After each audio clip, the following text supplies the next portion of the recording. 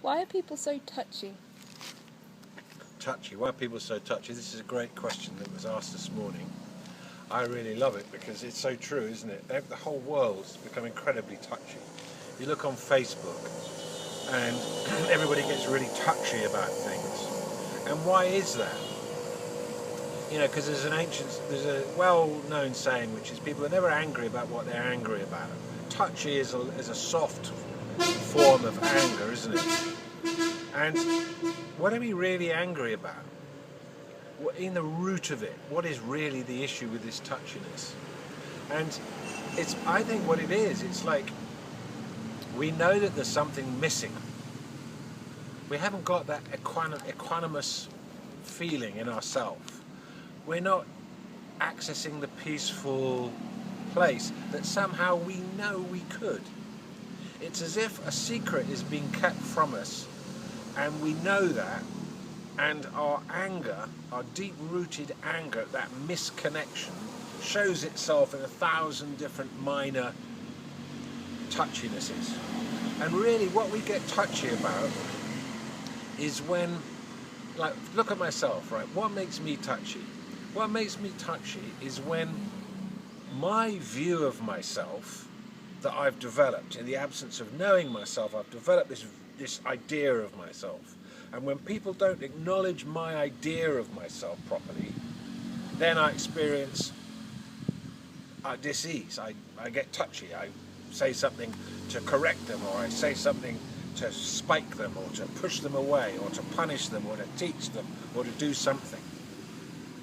But it's really only because the idea of myself, who I think I am relative to other people, what I think my attainments are, what I think how people should be with me, the part that I play in the movie of life, if that isn't, I'll get touchy if people don't acknowledge that in the way I think it should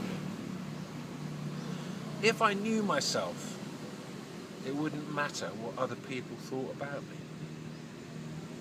It just wouldn't matter. I would be equanimous. I'd be completely equanimous. Oh, that person doesn't think I'm this. Oh, that person doesn't think I'm that. It wouldn't bother me at all. And so it's like, the other thing is, like, people get very touchy about, you know, political correctness. You know, you shouldn't speak like this, you shouldn't speak like that.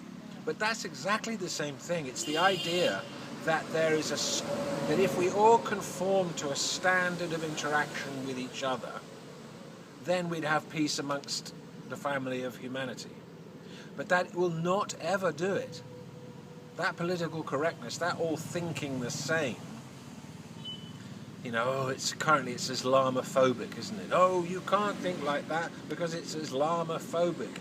Or it's sort of gender issues. Oh, you know, you can't say that because she's a transgender, you know, something you can't say, you know, and all this touchiness, as if not doing that would make the difference, or as if doing that is the cause of the problem, when really it isn't. We're missing something here. We're missing a profound connection with ourselves. That this idea that we've developed about who a person is, that's not the full story, and without that nothing makes sense. And so touchiness is everywhere. You know, people get very stubborn about it. I had a friend who had an idea about how something should be, and that idea was not met by the other players in that situation. They didn't meet that. They had other ideas about how that situation should be. And because it upset his sense of self, he became touchy. And any time you mention this thing to him, he becomes very touchy. It's now 20 years later, and he's still touchy about it. Because he hasn't found what's beyond the touchy. And it thinks that if that situation got reconciled, then there'd be peace. Then there'd be equanimity. Then something essentially would change. But even if that situation or any situation changed, it wouldn't make any difference. The peace that we're looking for, the equanimity we're looking for, the sense of connectedness we're looking for, the experience we're looking for that will allow us to release and put down everything and enjoy freedom, that's not coming out of a circumstance. So really all this touchiness is about circumstances. Thinking that if I get the circumstance just right, if I get people relating to me just right, or if I get the circumstance just right, then I'll be who I think I am, life will be what I think it is, and I will be at peace. But no. No. There's another person on my Facebook who believes that the earth is flat. And if you don't know that the earth is flat, and you comment with her, she becomes furious. Really abusive and like angry, like really angry. It's like, you should already know, you should have done your research, you should figure it out. The earth's flat. And it's like, you know, okay, calm down, you know, calm down. So all this touchiness is what generates a mood of discontent. And that mood of discontent is what governments feed off to actually create wars so that the military-industrial complex can be fed. So it's very important that we realise that it's not by changing circumstances that I'm going to be happy. It's not when I get the circumstance of everybody treating me exactly as I think they should do that then I'll be at peace with myself. That it's not when I get the apology and the reconciliation conversation with somebody that I will be at peace. That it's not when everybody realises that the earth is flat that I'll be at peace. No situation, no circumstance is going to make that difference. The only thing that eradicates, finally, touchiness is self-knowledge, which brings equanimity and allows us to stabilise in a place that is quiet, that's not developing, that doesn't need to defend or attack, that actually is kind of not even there as a substantial thing. But we can completely rest in it.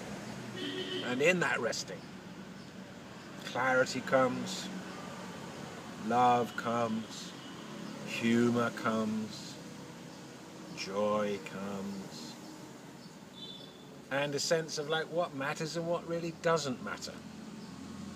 The amount of energy that gets wasted on things that really don't matter is just phenomenal. And it becomes addictive, doesn't it? Being touchy about stuff. And you build up a momentum of energy, flaming on the internet, trolls flaming on the internet. There's a kind of energy there, which is actually quite addictive and creates an obsessive relationship to it, where you don't feel quite there unless you've got the condition met where you're feeling your rightness and punching someone into it. So we are so touchy, and it leads to disaster, collectively, and actually individually. If you get too good at being touchy, and being upset by everything, you actually become quite nasty.